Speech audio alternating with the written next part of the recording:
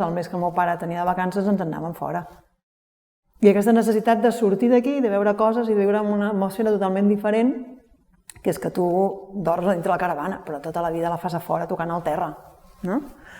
En un càmping, convivint amb gent en tot moment, i això a casa meva era una cosa que era bàsica, o sigui, és que formava part de l'ADN de casa nostra. Recordo molt, quan tornaves de vacances després d'estar un mes fora, la sensació d'entrar dintre casa i que em ressonaven les parets, que no estàs acostumat a estar tancat en un lloc, que estàs allà i entres i i el buit, sí, és una sensació estranya. Recordo i sí, realment és un gran regal el que ens van fer.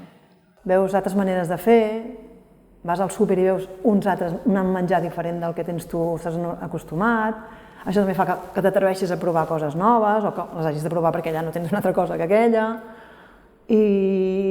I veure maneres de fer diferents. Una de les coses que més et xoca és recordo quan vam anar a Suïssa de petits, que és que la gent deixava les bicicletes aparcar allà al carrer i ningú les nicava per res.